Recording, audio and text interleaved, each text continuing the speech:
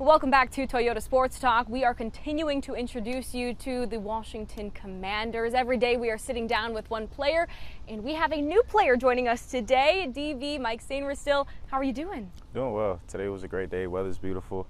Not as humid or as hot as it's expected to be. So it definitely makes practice much easier. I think start there with the weather. It's not going to be like this every day, and I think you know that already. We've got storms, we've got hot weather, but yes, we will take this day and we will run with it. I want to just start with, this has been an incredible year for you. Ending up as a national champion at Michigan, getting drafted in the NFL, and then now embarking on your first training camp. Have you had a second to just kind of soak it all up and be proud of yourself a little bit? Yeah, definitely taking time to, appreciate everything I've been through this year. And then enjoy, those little moments. Just being where my feet are, I think, when I was at the national championship, around that time, just being there. Then it was the draft process, being there. And then also during that time, my girlfriend was pregnant. We knew we were having a kid. So just being fully intentional there as well. Now here at football camp, just making sure wherever I am in that setting, I'm always 100% in that, in that space. I'm so glad you brought up, Summer, your daughter, I believe. Yes, You're a girl dad officially. We'll talk about that in just a little second. But I want to start with your football journey, of course. Michigan, the NFL, you name it, probably youth as well, growing up playing football.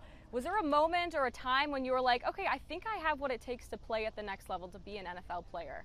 Yeah, so I mean, when I started playing football as a little kid, the dream, the goal was to, one day be in the NFL. And as I, continued playing year after year, it was more so like continue to just keep getting better, keep taking it serious, keep being intentional, because, I wanted to end up in the NFL. I feel like I was blessed with, the abilities to be able to be in the NFL. So just always making sure I'm taking advantage of every opportunity I get, just so, when that time comes for my name to be called, I am prepared. When it comes to your time at Michigan now, how did your time there prepare you for this opportunity to get here? Just playing on a program that was, we had a great staff. The way Coach Harbaugh ran the program was, it sets you up for this stage. Competing every single day with teammates, I feel like everything about Michigan definitely helps prepare you for this level. From practice to the standard that's set there, the accountability that you're held at by your teammates, by your coaches. Just literally every single day that I walked into that building. At the time, what up, JR? That's my locker, man. I like it. At the time, I wasn't, of course, looking towards the NFL, but I definitely know that everything we did there, it was for that next level. Wonderful. Well, I always like to say, essentially, this is your introduction to the Washington community now. What type of a player, what type of a person are they getting in Mike Sainristil? They're getting a full-team guy. Someone who cares about football, who loves football, passionate about football, will do anything to see, to help the team win. That's in whatever area that is. And then from a fan engagement standpoint, I'll be fully engaged with the fans. They're the ones that support us every single day. So the same love that they give to us, I'm gonna give it right back to them because, they come into the stands, they pay to watch us play. And at the end of the day, they want to see us go out there, put a great show out for them. So, all we can do in return is just, say hi, wave hi to them, and interact with the little kids, and just, be great people back to them. Well, I think your coach put it perfectly. Head coach Dan Quinn, he said he's like kind of a bit of a unicorn because he has that maturity of a vet, but then the humility of a rookie. He's able to kind of go out here and know, hey, I need to do this, this, and this to get better. Why is that the case? Is that just the person you are, or is that something you've learned over your football journey? I think I've always been very mature since a little kid. I kind of just grew up that way. I think, circumstances I grew up in definitely matured me. But as far as, coming in, and I think I don't have to act like a rookie just because I am a rookie. I could come in and, be around the vets, learn from the vets, because they're the ones that have been in the program. They know what it takes to be in the NFL. They know what a proper routine is. So I think just being around those guys as well helps you mature in the football space. And then, same thing they tell you as a freshman when you come into college, like just because you're a freshman, you don't have to act like one. So I think just having that mindset helps me set my standard from the very beginning. Yeah, that's a good mindset and mentality to have. Now, you mentioned the veterans. Are there certain guys that have kind of taken you under their wing, spoken to you? Kind of what sort of veterans have reached out and what have they been telling you? I've been picking, many different guys' brains, from whether it's life, whether it's football, it could be anything. So, you know, I've talked to guys, so like JR, that's my locker mate. I talk to him often. Tyler, right next to me. I talk to both Tylers, actually. Both, you know, the center and the long snapper. Yeah. You know, I'm around guys like Terry, asking him questions. I'm asking every DB in the room questions. Even linemen, like, you know, to me it doesn't matter. If you're a vet, if you've been in the NFL, you know what it looks like. It doesn't matter about your position. If I'm asking you about a routine, if I'm asking about work, if I'm asking about nutrition, recovery, you'll be able to tell me. And at the end of the day, they're going to tell you, find what works best for you regardless. So I think just being able to pick, you know, different guys' brains about how they carry themselves, what's worked for them, what hasn't worked for them, I think that's the best way to go about it. And the last thing I'll say is, like, our vets have done a great job of taking us in as rookies and helping us and showing us the way. So I'm very appreciative of them as well. Take us through the locker room a little bit, because you just mentioned a few names there: offense, defense, veterans, rookies. It doesn't matter who it is. It sounds like this is a true collective unit. Would you say that's the case? Yeah, I would say so.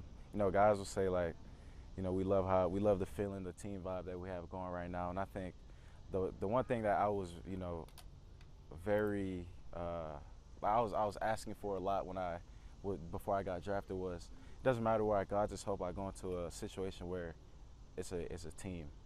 And I feel like here at the Commanders, everybody has a genuine appreciation for each other, genuine love, respect, and, you know, we all want to see each other do great.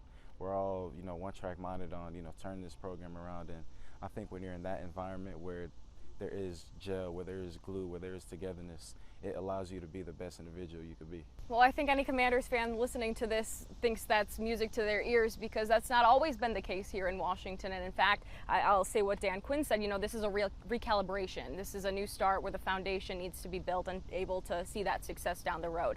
How do you feel about that situation? Because yes, you mentioned there's the team mentality, but this is also a team that's looking for wins. Yeah, so, you know, we're just going to go out there and just compete every single day. You know, right now, the success we have during the season is going to come from what we're doing right now in the off season, and that's everyday competition, going hard, you know, helping each other get better. Offense, defense, iron sharpening iron, special teams, you know, being the glue that makes the team go. So just as long as every single day we come in with a mindset of progressing, and progressing isn't always a huge leap. It could be little steps every single day. Just as long as we keep stacking good days on top of good days, I think we'll be able to play very good ball this season. What have the coaches told you about your position this year? I know obviously things are early, everything's still up in the air, but we saw you catching kick returns out there today. So what have they told you about maybe what your role will be on this team this year? Just, you know, finding where I'll be able to impact the most. And, you know, for me, I don't know where that will be. I know we're still in here trying to, you know, move guys around different spots. So I'm not going to ever wake up one day like my spot solidified. I could be moved around at any moment. So just wherever they need me is where I'll be. And I'm going to, you know, do the best I can at that spot. In your eyes, fast forward to the end of the year, what would a successful rookie season look like for you? For me, I think a successful rookie season was knowing that I was able to come in and have an immediate impact. You know, I don't really care about accolades. I don't care about all of the trophies or awards, whatever.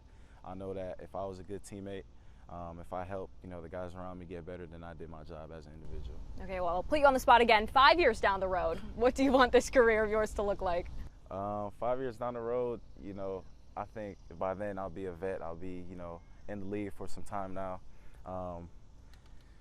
I guess a big individual goal of mine is, you know, one day to be named, you know, one of the best nickels in the NFL. So I want to attack that every single day. And, you know, I want to be able to have, you know, guys years less than me, like whether it's rookies or vets that are 2-3 years, just be able to say, yeah, I want to model my game or model what I do after, you know, Mike Sainristil. The same way I'm coming in and picking other guys' brains, I want that for myself when I'm a vet. I like that. Now I want to go back because we talked about, of course, the national championship, your draft process, being here in training camp. But yes, you mentioned that you are also now a dad. So first and foremost, congratulations on that. How has life changed in these last few months now with summer?